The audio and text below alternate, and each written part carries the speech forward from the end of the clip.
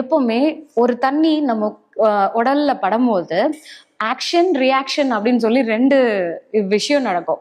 நம்ம வாட்டரை அப்ளிகே பண்ணும் போது ஒரு செயலும், நம்ம அந்த தண்ணியில இருந்து வெளியே வரும்போது ஒரு செயலும் நடக்கும். அதை தான் நாங்க ஆக்ஷன் ரியாக்ஷன் அப்படின்னு சொல்லுவோம். இப்போ நம்ம கோல்டு வாட்டரை எடுத்துக்கும் போது நம்மளுடைய ரத்த நாணங்கள் எல்லாமே சுருங்கப்படும். அப்போ உங்களுக்கு அந்த செல்ஸ் எல்லாமே என்ன பண்ணும்னா அதுல இருக்க கழிவுகளை வெளியே தள்ளுறதுக்காக எல்லாம் உங்களுக்கு அந்த டீடாக்சிஃபிகேஷனுக்கான ப்ராசஸை நடத்தும். நீங்க குடிச்சிட்டு வெளியே வரும்போது அதோடைய ரியாக்ஷன்னா என்ன ஆகும்னா அந்த ரத்த நாணங்கள் எல்லாமே விரியும்.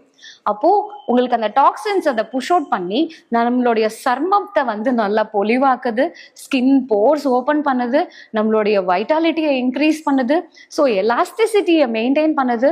ஸோ எப்பவுமே ஒரு யங் லுக்காகவும் ரொம்ப ஆக்டிவாகவும் இருக்கிறதுக்கு எது பெஸ்ட்னா கோல்டு தான் பெஸ்ட்.